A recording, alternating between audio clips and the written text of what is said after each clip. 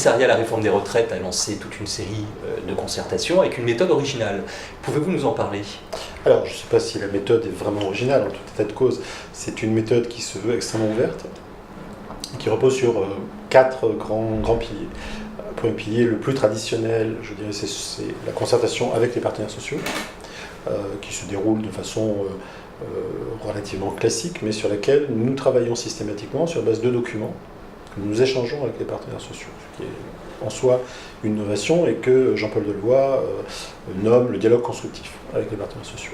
À côté de ce bloc, nous avons tout un travail de participation citoyenne qui vise à associer le plus largement possible l'opinion à la démarche de création du système universel de retraite. Ce pavé, ce bloc, est constitué d'une part d'une plateforme citoyenne qui est sur le web, qui est consultable, d'autre part d'ateliers citoyens en région qui réunissent sur 8 sites au total une centaine de citoyens qui s'inscrivent librement, qui ne sont pas pénalisés, et un jury citoyen qui se tiendra en novembre sur une question, alors qui n'est pas encore totalement stabilisée, mais qui devrait être autour de comment restaurer la confiance dans le système. Les 2 autres blocs sont un bloc de travail avec les parlementaires pour associer le plus en amont possible les parlementaires de toutes les obédiences d'ailleurs, et un temps de travail avec les journalistes intéressés pour partager avec nous sur la base des documents qu'on a transmis aux partenaires sociaux.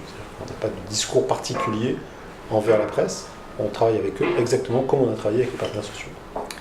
Comment les organismes de sécurité sociale sont associés à cette démarche?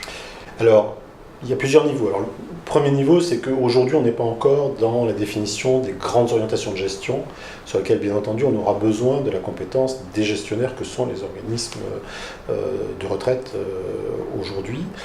En revanche, bien entendu, les partenaires sociaux, dans leur compétences de gestionnaire des systèmes aujourd'hui, sont très largement associés aux discussions. Et puis, les agents des organismes participent, ils sont même la cheville ouvrière des ateliers citoyens en région dont je parlais tout à l'heure, puisque c'est quand même eux qui animent en grande partie les tables de réflexion des citoyens, c'est eux qui se mettent en situation de répondre aux questions personnelles, pointues du citoyen sur moi, ma retraite, mes enfants, mon service militaire, etc. Donc on a un lien assez fort et assez naturel d'ailleurs avec les organismes de protection sociale et des organismes de retraite notamment.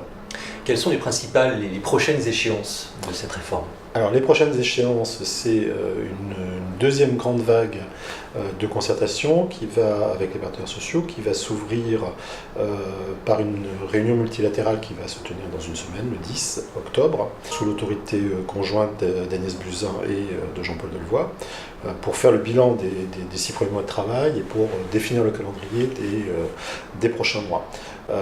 L'objectif est d'avoir une loi votée en 2019. Et donc nous allons continuer notre petit tour de France des ateliers citoyens, puisque nous en avons encore sur à peu près à mi-chemin aujourd'hui de ces ateliers, et jusqu'en novembre. On va continuer à accompagner et à essayer de convaincre l'opinion de l'intérêt de ce chantier. Je vous remercie. Merci.